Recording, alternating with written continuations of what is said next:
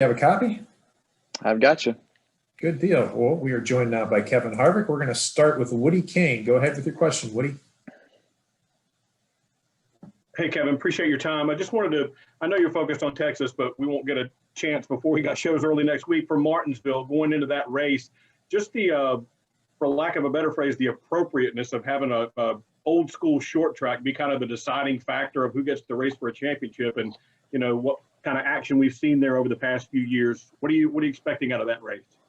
Yeah, well, I would expect it to be exciting as it always is. Obviously, when you add in the drama of the last race of the final round to lead into the championship four, I think it just obviously lends itself to making it more exciting. So I would classify it as exciting just because of the fact of where it's placed on the schedule, and its normal trends are in that direction anyway. Thank you. Our next question will come from Jordan Bianchi. Go ahead with the question, Jordan.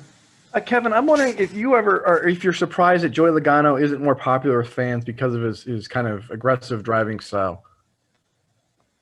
I'm probably the wrong person to ask. I don't really have an opinion one way or the other. Sure. Appreciate it. Thanks. Our next question will come from Bob Pockris. Go ahead with the question, Bob. Yeah, Kevin, last Sunday there was an issue with Chase Elliott and his radio and questions whether he could hear his spotter and whether NASCAR should black flag him. I'm curious if you think that if you can't hear your spotter, whether NASCAR should black flag you. Is it a big enough safety issue to black flag somebody? Look, I think we've all driven races, with and without our radios. So I don't really know, what the right answer is on that. So it's that's just something that I don't really have a whole lot of say on as far as what's right and what's wrong. Thank you. Our next question will come from Claire B. Lang. Go ahead with your question, Claire. Thank you. Tony Stewart was very complimentary of you this week, Kevin, and he sang your praises about if they even get the car close, you can make it happen. You have such experience and you're so calm. How have you changed in handling playoffs? Because you're a machine right now and seem to be so focused and laser focused, in fact. How have you changed over the years in handling the playoffs when it gets to a point like this? Well, I think you just have to believe in the preparation and the things that you know how to do, and I think our team is very good at that. I think as you look at the playoffs, we try to race this way every week, so we don't try to do anything different. The preparation and the level of expectations is the same on week one as it is on week 35 or 34 as you go into the playoffs. So there's really we're not going to try to count points or anything along those lines. You count points as a second move, as your backup plan, just because of the fact the thing that you can control the most of moving forward is to win the race. And I think our team believes in that, and I think you have to race to win and then see where it all falls in the end. So that's what we do on a week-to-week basis, and I think that mindset has really just not changed the way that we talk about things, not changed the way that we approach things, not changed really anything as we go into the playoffs. So you just have to let the results just be what they are, and do the things that you do on a weekly basis in order to just race the same way. It's not a switch that you can flip. We tried that in the beginning, and it's just mentally it's just not the right thing to do, because you're not mentally prepared and mentally trained to think the way that you have to think in the playoffs if you don't do that on a week-to-week basis. You used to get really frustrated with your pit crew. This past week, had they gotten you out quicker, you might have been able to beat Joey Logano, right? How do you look at that now? Because, you're a guy who brings it up, who says, if we'd gotten out first, it would have been easier, clean air, but not dwell on it. You know what I mean? Yeah. Well, if we'd have got the right restart, we would have done the same thing. So, I think you just have to take that stuff with a grain of salt. There's going to be weeks where that you look back and you got that track position and won races because of it, and some weeks you don't get the track position and you don't win. But it's all up and down. You have, everybody has good weeks, everybody has bad weeks. I mean, they had a good day, in that one particular instance that we needed to be great. And it just, the 22 had a great pit stop, and we didn't have a bad one. We just didn't have a great one. And, the restart didn't work out with no help from behind, and wound up in the position that we were in. So, it's, I think at even today, it's still, you still want to win, and still frustrated that we didn't win on a day when we had, a really fast car, and felt like we could have won the race. But, I think when you look at it, it's also a little bit childish to complain when you finish second and race for the lead all day. I've been on the flip side of that. So you definitely have to balance that with what's real and realistic and good and bad, and you have to kind of take all that in stride and just move on with it. Good luck at Texas. Thank you, man. Thank you. Our next question will come from Chase Wilhelm. Go ahead with the question, Chase. Hey, Kevin, thanks for joining us. Obviously, you've been really strong at Texas. You haven't finished outside the top 10 since 2014. But especially in the fall, you've won the past 3 fall races at Texas. What is it about that fall race that makes you just a tick better? Well, I'd really like to thank Eddie Gossage for redesigning the racetrack, because for whatever reason, since Eddie has redesigned the track, and things have kind of fallen into being favorable for us and the things that we do with our race car, and myself as a driver, it just kind of fits everything. So it's just finally the last few years we've been able to capitalize on what we had on the old racetrack as well, and that was fast cars. I think as you look at really everything that's happened at Texas, it's been A+. And when you have that confidence in a racetrack, and the guys have a confidence in the setup and the car and the things that they change from year to year, it's hard to beat confidence. So there's always things that can happen, but I truly believe that we'll go there and have a really fast car, and be comfortable the week leading up to it that you made the right decisions, because we've made a lot of really good decisions there in the past. So it's been a great place for us. Thank you, Kevin. Appreciate it. Our next question will come from Mark Garrow. Go ahead with the question, Mark. Thank you. Kevin, you've said several times in the previous weeks, and you've talked about it today, we keep doing the same thing. We keep doing the same thing. Do the playoff points come in at all? Because you guys talk all year about, hey, we got to build up playoff points, and then you come into the playoff and go, they don't mean anything. So how do they play into this? Well, they give you a good backup plan. Yeah, and then you hope, right?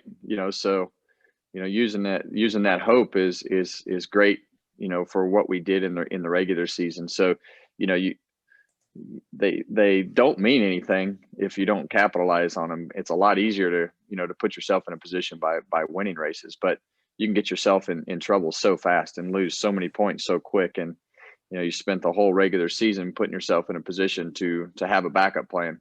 And the way that we got that backup plan with those points was to win. And I think as you look at the things that we've been able to do, I think that's still the best strategy.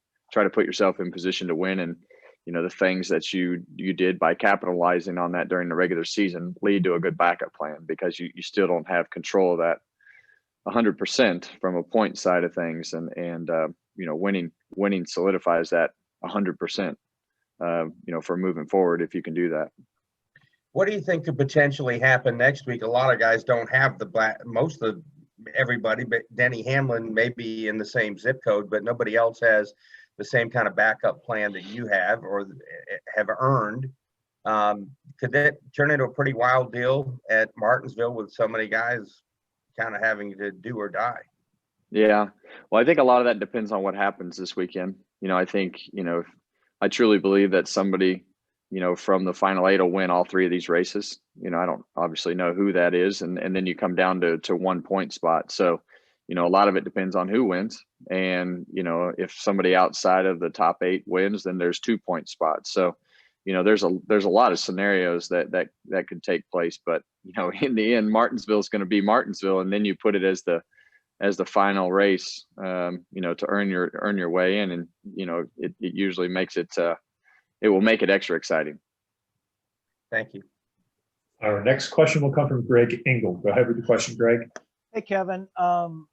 Talking about Tony, who should be your probably the president of your fan club, because he was talking about how you're the complete driver.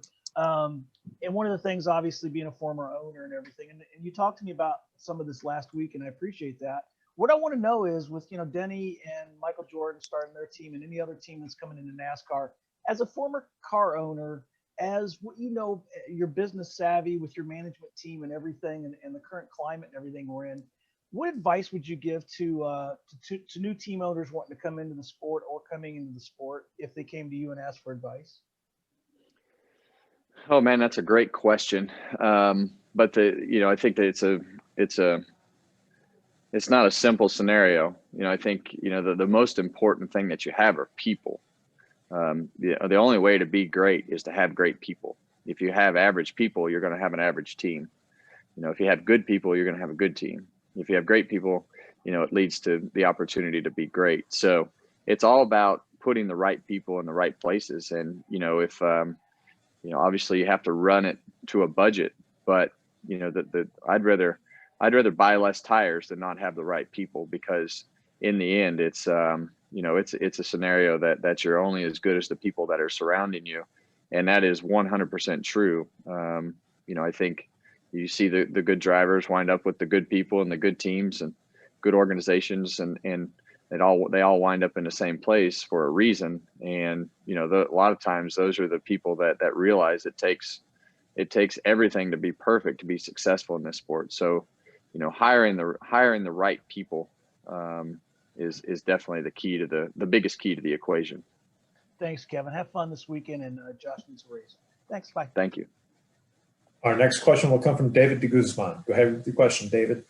Hey, Kevin, usually by this point in the year, it's been a long season, going through the motions of qualifying, practice, and a race.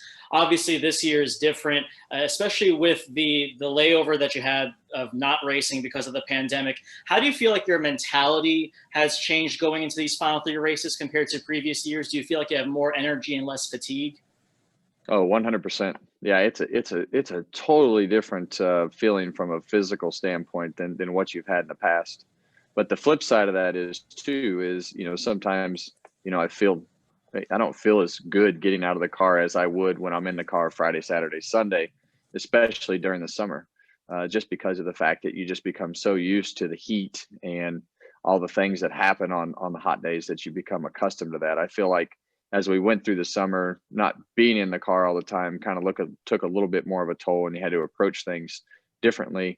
Obviously now it's not that big a deal with the temperatures that we're racing in now. But I would tell you from a end of season standpoint, it doesn't feel like the end of the season, because you just don't have that ultimate fatigue that you normally get, being run down and tired of traveling and all the things that come with, the 3-day weekend grind that we're typically accustomed to and traveling so much. So feels much different than what we have done in the past, for sure. Thank you. And our final question will come from Dustin Albino. Go ahead with the question, Dustin. Yeah, Kevin, obviously Chase Briscoe will be your teammate next year with Stuart Haas. He says he's leaned a lot on you this year and last year, but what's impressed you the most about him, whether on or off the track? He's a great person, and he's very, very determined. I think as you look at his background and the things that he's done to get to this point, it's purely because of who he is from a personal side of things and what he can do in the car. When you combine those things, he's just a great guy to be around, and works really hard at what he does, and says a lot about our Xfinity program, with 2 guys that are moving on to the Cup Series now. Obviously Cole having won in the Cup Series, and now Chase is on his way to doing the same thing. So it's Chase is he's just a great guy, and can drive the heck out of the race car, and that for him is very important, because it's helped a lot of people support him through the years that took to get him to this point, and ultimately it paid off to be racing at the top level. So really, really happy for Chase to be able to get that opportunity. I think he will, do a great job for Stewart-Haas Racing for a really long time after he gets his feet on the ground and in being able to win races and help take Stewart-Haas Racing forward for many years to come. Thanks for your time, Kevin. Yep. Good deal. Well, Kevin, thank you for taking the time to join us. Good luck this weekend in Texas. All right, guys. Thank you.